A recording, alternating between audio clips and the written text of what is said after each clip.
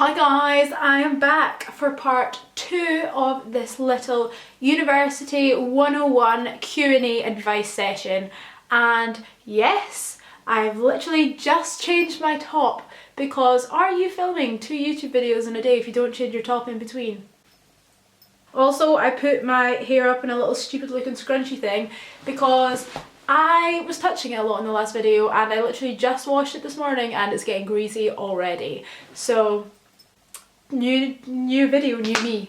So as I just said, in this video I'm going to be talking through and answering all of your accommodation based questions. If you did not see my last video, basically I asked for questions over on Instagram about anything to do with university and there were lots of them, so I've split this into 2 videos. If you want to see the last one, it's a little bit more of a general Q&A, little advice session. I will leave it linked down below if you want to go and watch that, but for now we are going to talk about accommodation. Okay, I feel as though probably a good place to start is living in halls generally a good thing? I mean, is the hygiene in the common areas good, etc. And the hygiene thing, that entirely depends on the flat that you end up with. Is halls a good thing? However, yes. Now, I know that this is a question that a lot of people will be considering right now because there are many people in this world and they all have different ideas on cleanliness and tidiness, and unfortunately, no matter how hard you try, you're never going to get put in a student flat of 4 to 9 people that all share the same ideas as you. There's always going to be someone probably tidier than you, there's always going to be someone a lot messier than you, and it's just the reality of it. You just have to deal with it. Like, you're moving out of home, you're living with complete strangers, and that might be hard, but that is part of university, and not gonna lie, that's where all the fun comes in. You're meeting new people and you're learning to deal with other people's unfortunate characteristics. But that is what it's all about. It makes you grow as a person, it makes you more understanding. If anything, it'll make you realise that you're probably not as perfect as what you thought you were either. And that's not a bad thing. The hygiene of student halls and the common areas really just depends on the people that you're put with. I know some people have been quite lucky and have been put in a flat with people that are really similar to them, whether that is in messiness or tidiness, and it is a complete lottery. There's no way of knowing who you're going to get put with and you just kind of have to deal with it. Answering the other question, in general, is halls a good thing? Yes, it is an absolutely amazing thing. I loved living in halls. Honestly, first year was incredible. I was put in a flat with 8 other people. I was in a 9-person flat and it was insane. Obviously, there's people I got on with a lot better than others and everybody has their tiffs every now and again, but it is literally like your little family. Your little weird, dysfunctional family with the occasional visit of some fruit flies, and not gonna lie, I wouldn't change it for the world. Okay, next question here is most random / unusual thing that you took with you that you use every day. Now, last year I believe it was, I actually did a full video about this. I think it was like the forgettable essentials or something like that. It's basically a video where I talk through the different rooms that you will need to furnish when you move into a student flat and remind you of a few little things that you probably didn't even realise that you needed to take with you. So I will leave that video... I will leave that video linked down below if you want to go and give it a watch, but probably off the top of my head, an important thing that you need to bring: an extension cable. Honestly, an extension cable is so useful. In halls, you're going to be living in a relatively small space and there's only so many plug sockets that they can fit in said small space. So if you can bring yourself a little extension lead, that gives you more plug sockets, and also chances are the plug sockets aren't actually going to be near your bed. So if you're the type of person that likes to just like scroll through like Facebook endlessly until you fall asleep, you'll need an extension cable. Next question, when moving into accommodation, what is worth bringing and what is worth buying there? Now, to be honest, I didn't really buy that much when I came to university. I brought a lot with me, and the reason for me doing that is my mum has been a serial hoarder of pots and pans and crockery and cutlery for the last however long. So when I was actually moving out, she was like, do you know what, Holly, please take like all of this stuff. So she gave me like 2 pots, a like frying pan, a like proper set of plates and bowls and stuff. and the only reason I really brought that with me is because my mum had stuff to spare. But to be honest, I would say if that's not the case and you would be buying them just for the sake to bring them up, you may as well just get them when you get to your student flat. I'd say definitely bring some bedding with you, some nice pillows or something from home, because you'll need your bedding for the first night that you're there, and if you don't get the chance to go to the shops, you want to be able to make your bed. And I'd say as well, bringing stuff like nice cushions or throws and blankets and stuff from home makes your room feel instantly more homely. And similarly to that, bring photos, bring like little sentimental like knickknacks and things like that from home, because at the end of the day, your main priority when you move into your student room is to make it yours. It can be really difficult to settle into a space that doesn't feel your own, and when you're moving out of home for the first time, you really want to settle in as quickly as possible, and bringing things like that will really help that process. Other than that, I would say that probably everything you can just buy when you're there. Things for the kitchen like pots and pans and bowls and cutlery. If you don't have stuff from home that you're going to bring up with you, you may as well just buy it when you're there. Similarly, things for the bathroom, like don't bring up bleach and stuff with you, just buy it when you're there. The only things that you really need to bring with you are things that will make you feel safe and homely when you're actually there, and anything else, you can just go to the shops. Next question is a little bit more about my experience, and it is why, if you did you choose Unite halls instead of Aberdeen halls? Now, I did choose Unite halls. If you are not aware of my situation, I am currently studying in Aberdeen, and I chose to stay in Unite students halls rather than the university's own student village. And the reason for that is basically I came to the Aberdeen Uni Open Day and I loved the campus. Like, it was beautiful, it was amazing. And then we went for a student village tour to go and see like all the different halls. There's like 3 different grades that you can buy, rent, what? So my mum and I went for this tour, and the first block that we went into was like the lowest of the low. And not gonna lie, who's washing their hands? I'll just wait till they stop. I'm getting really hungry, so they better hurry up or my stomach is going to be rumbling all through the...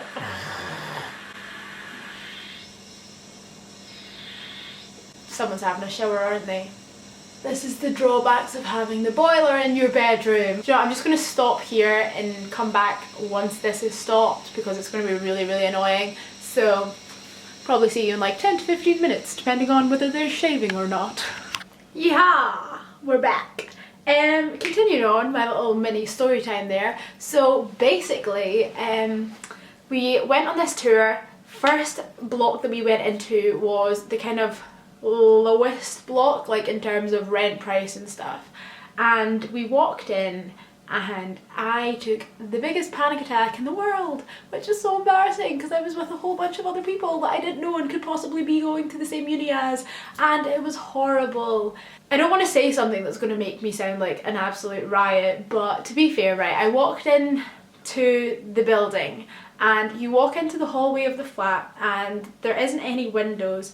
And in this particular building, I think it was made like in the 80s or something, it has really, really low ceilings. And obviously when you walk into like a student hall's corridor, it is just a corridor with doors going off like either side.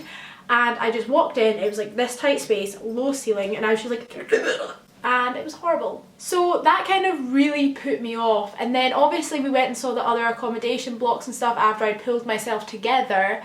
But there was just like something about it that was kind of freaking me out. And honestly, some of the accommodation the Aberdeen Uni have is amazing, but I think just that space like triggered me. And then the other thing that I was kind of worried about the Aberdeen Student Village is that I wanted to get a job when I moved to uni. I knew that straight away. And the way that Aberdeen's kind of set out is like, if this is town, this is the university, and the student village is here. So it's even further away from town, whereas a lot of the Unite students accommodation is closer to town, so it's like here, like in between the town and uni.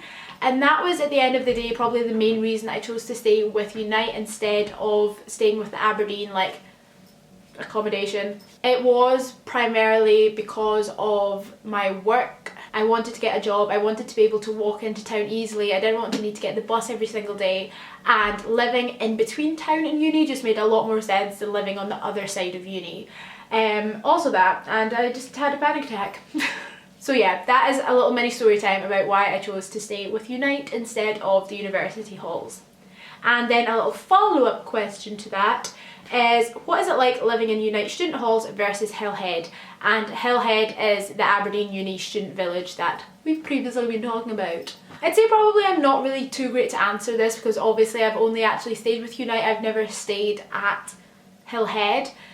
But I loved it. I loved staying at Unite. It was absolutely great. The staff were lovely and I was in a really good flat, and I feel as though that's what made that experience so special for me. I loved living closer to town, and because we did live closer to town, we ended up having a lot of prees because the people from Hillhead would come down to Causeway, which is the halls I stayed in, because it was literally then just like a 15-minute walk into town. Whereas if they'd stayed and had prees at Hillhead, it would have been more like a 40-minute walk into town. Or a bus, but yeah.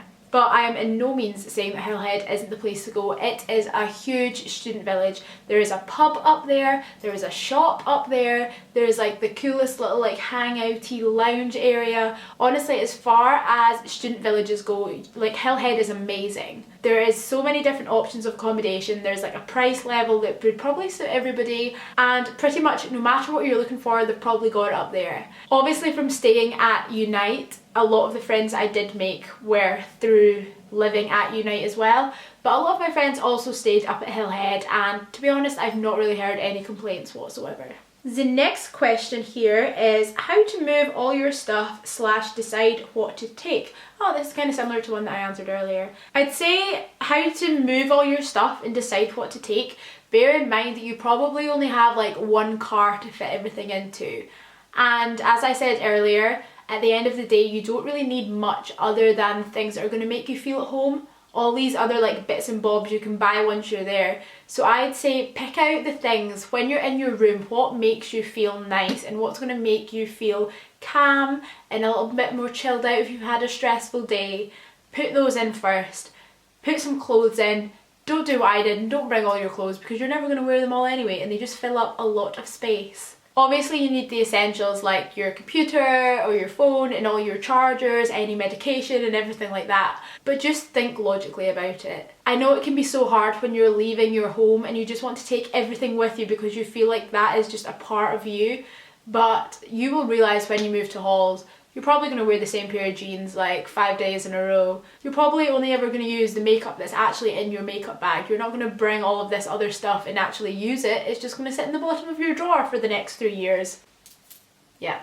Literally, I brought all of my makeup with me from home and it is sat in the bottom 2 drawers of my little chest of drawers for the last 3 years, and I've probably only opened those drawers a few times. And the majority of those times is to be getting nail clippers out. And the final question is accommodation prices. Now obviously I can only speak for Aberdeen as a whole, but generally speaking Aberdeen is pretty decent. Obviously I've mentioned that if you're staying in halls there's a real variation and what you pay is what you get.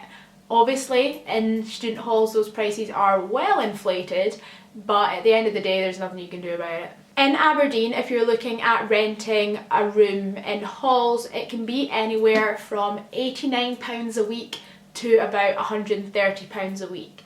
And the difference in what you get for your money probably isn't that much other than a newer building, the size of the bed that you get in your room, and whether you have an ensuite or not.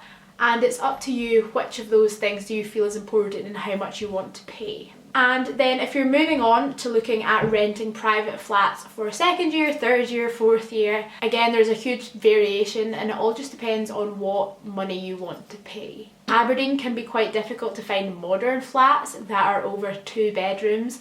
Any HMO properties are probably a little bit grimy. Like I have a huge like mouldy wet patch up in that corner and there's nothing I can do about it because Aberdeen don't really care that students want to live in a nice flat, but they are pretty cheap in comparison to places like Edinburgh and stuff, so So I'm going to finish this video here because my camera battery has just started flashing. If you guys did enjoy this video, please do give it a thumbs up, and as always, if you're not subscribed to my channel already, please do. If you have any other questions, leave them down below in the comment section and I'll be sure to get back to you, and I will see you again very soon with a new video. Bye! To be honest, it's probably a good thing when my camera battery starts flashing because it gives me the ample time to stop talking. Bye!